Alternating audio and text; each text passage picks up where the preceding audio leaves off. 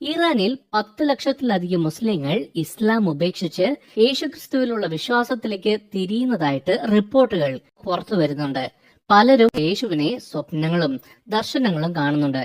പലരും ഭരണകൂടത്തിന്റെ കാഠിന്യം നിരസിച്ച് കർത്താവ് യേശുവിൽ സത്യം, വെളിച്ചം, പ്രത്യാശ കണ്ടെത്തിയതായിട്ട് റിപ്പോർട്ടുകൾ വരുന്നുണ്ട്. ബൈബിളിനെ ഇറാനിൽ കൊണ്ടുവരാൻ പാടില്ല എന്നൊക്കെ നിയമങ്ങൾ ഉണ്ടെങ്കിലും മൊബൈലിലൂടെ ആപ്പുകൾ ഉപയോഗിച്ച് ഒരുപാട് ഇറാനികൾക്ക് ദൈവവചനം രഹസ്യമായി ഡൗൺലോഡ് ചെയ്യാനും രഹസ്യമായി വായിക്കാനും സാധിക്കുന്നുണ്ട്.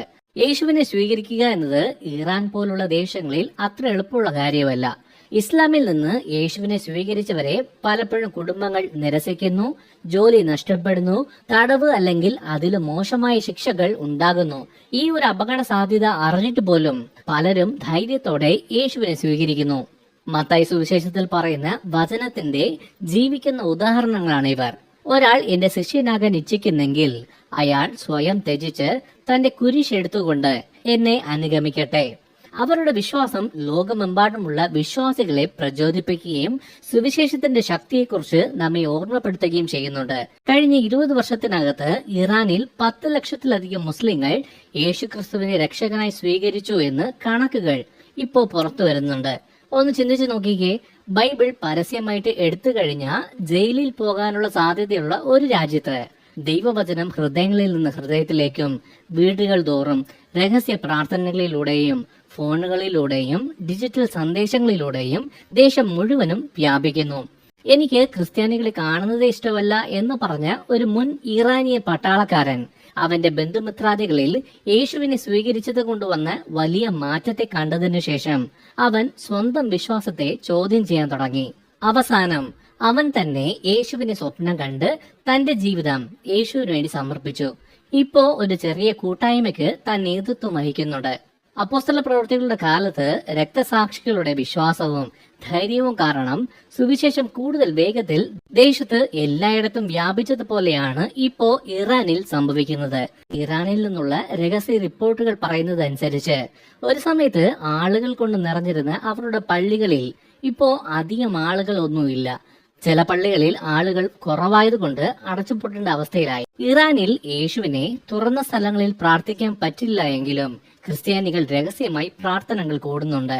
അധികാരികളെ പേടിച്ചാണ് ഇങ്ങനെ രഹസ്യമായിട്ട് ഒത്തുചേരുന്നത് എങ്കിലും അത് ദുർബലമാകുന്നതിന് പകരം ശക്തമാകുകയാണ് ചെയ്യുന്നത്.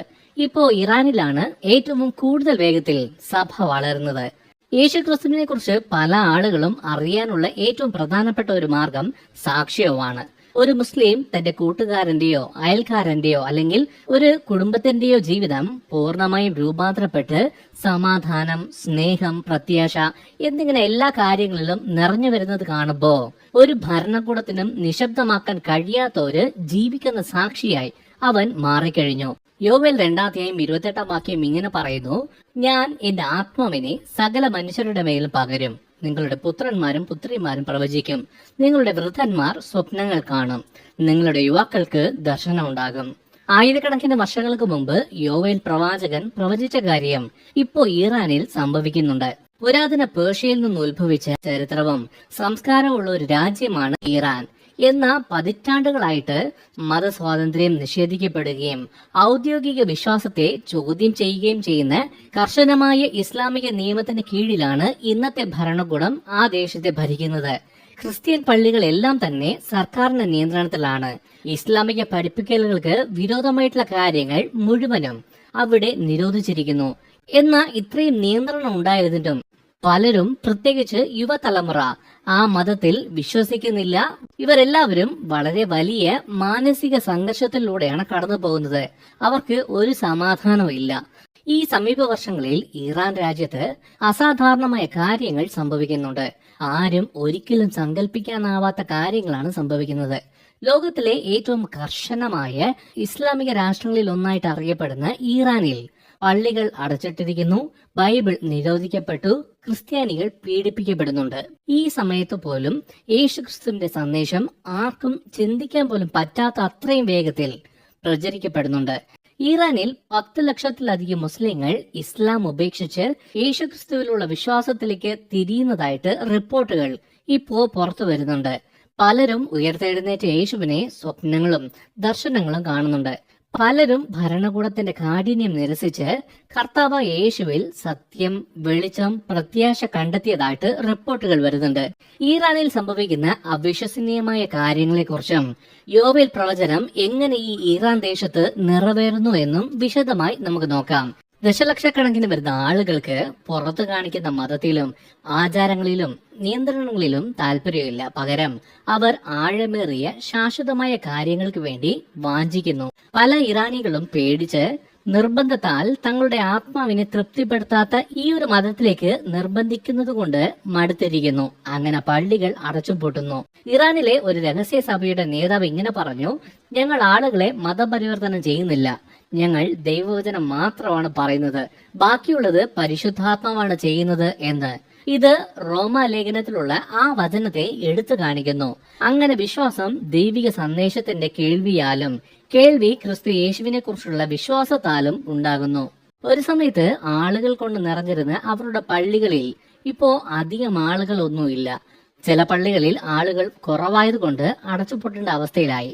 യോഹന്നാൻ 8:36 യേശു പറഞ്ഞു: അതുകൊണ്ട് പുത്രൻ സ്വതന്ത്രമാക്കിയാൽ നിങ്ങൾ യഥാർത്ഥ സ്വതന്ത്രരാകും എന്ന്.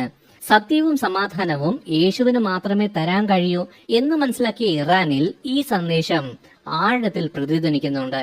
ഇസ്ലാമിക നിയമമുള്ള ഒരു രാജ്യത്ത് ഈ ഒരു വാർത്ത കേൾക്കുമ്പോൾ അവിശ്വസനീയമായ ഒരു കാര്യമായിട്ട് തോന്നാം.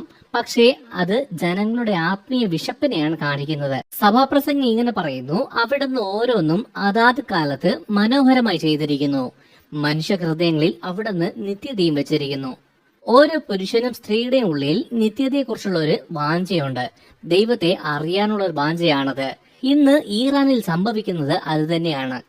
ക്ഷീണിതരെ, ഭാരം ചുമക്കുന്നവരെ, നിങ്ങൾ എന്റെ അടുക്കൽ വരിക, ഞാൻ നിങ്ങൾക്ക് ആശ്വാസം നൽകും എന്ന് വാഗ്ദത്തം ചെയ്ത യേശുക്രിസ്തുവിലേക്ക് അവരുടെ ഹൃദയങ്ങൾ തുറക്കാൻ തുടങ്ങിയിരിക്കുന്നു. മതത്തിന് നൽകാൻ കഴിയാത്ത ഒരു ആശ്വാസവും വിശ്രമവുമാണത്. പലരും യേശുവിനെ രക്ഷകനായി ഇപ്പോൾ സ്വീകരിക്കുന്നുമുണ്ട്. രാത്രിയിൽ വെള്ളവസ്ത്രം ധരിച്ച ഒരു മനുഷ്യൻ യേശുവിന്റെ പേർഷ്യൻ നാമമായ യേസു എന്ന് വിളിക്കപ്പെടുന്നതായിട്ട് ദർശനം പലരും കാണുന്നുണ്ട്. തൈറോണിൽ നിന്നുള്ള ഒരു സ്ത്രീ സ്വപ്നത്തിൽ ഇങ്ങനെ കണ്ടു: ഇരുട്ടിൽ നിൽക്കുന്ന സമയത്ത് പെട്ടെന്ന് ഒരു പ്രകാശം പ്രത്യക്ഷപ്പെട്ടു. തിളങ്ങുന്ന വെള്ളവസ്ത്രം ധരിച്ച ഒരു പുരുഷൻ അവളുടെ നേരെ കൈനീട്ടി ഇങ്ങനെ പറഞ്ഞു: എന്നെ അനുഗമിക്ക്, ഞാൻ നിനക്ക് ജീവൻ നൽകും എന്ന്. ഈ സ്വപ്നം അവൾ കണ്ട് ഞെട്ടി ഉണർന്നു. പക്ഷേ ഈ സ്വപ്നം കാരണം അവൾ രഹസ്യമായി യേശുക്രിസ്തുവിനെ കുറിച്ചുള്ള വിവരങ്ങൾ ഓൺലൈനിൽ തിരയാൻ തുടങ്ങി. അവസാനം അവൾ രഹസ്യ വിശ്വാസികളുമായി ചേർന്ന് യേശുവിനെ രക്ഷകനായിട്ട് സ്വീകരിച്ചു. മധ്യകിഴക്കൻ പ്രദേശങ്ങളിൽ പല സ്ഥലങ്ങളിലും യേശുക്രിസ്തുവിനെ കുറിച്ചുള്ള സുവിശേഷം ഒരിക്കലും കേട്ടിട്ടില്ലാത്ത പല ആളുകളും യേശുവിനെ ദർശനങ്ങളിൽ കാണുന്നുണ്ട് എന്ന് സാക്ഷ്യം പുറത്തു വരുന്നുണ്ട്.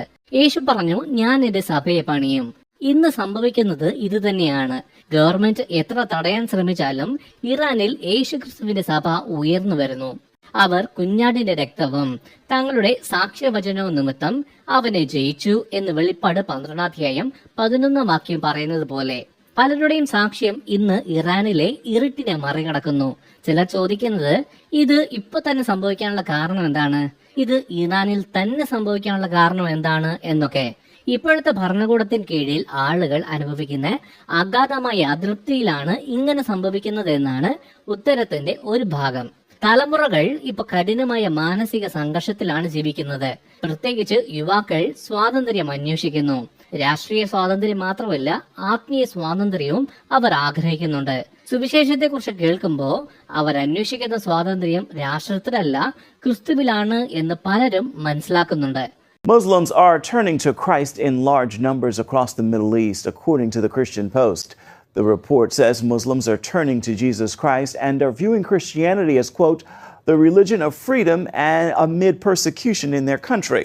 അങ്ങനെ യോവേൽ ആയിരക്കണക്കിന് വർഷങ്ങൾക്ക് മുമ്പ് പ്രവചിച്ച പ്രവചനം ഇപ്പോ ഇറാനിൽ നിറവേറുന്നു. ഈ വീഡിയോ ഇഷ്ടമായി ലൈക്ക് ചെയ്യുക, ഈ ചാനൽ സബ്സ്ക്രൈബ് ചെയ്യുക.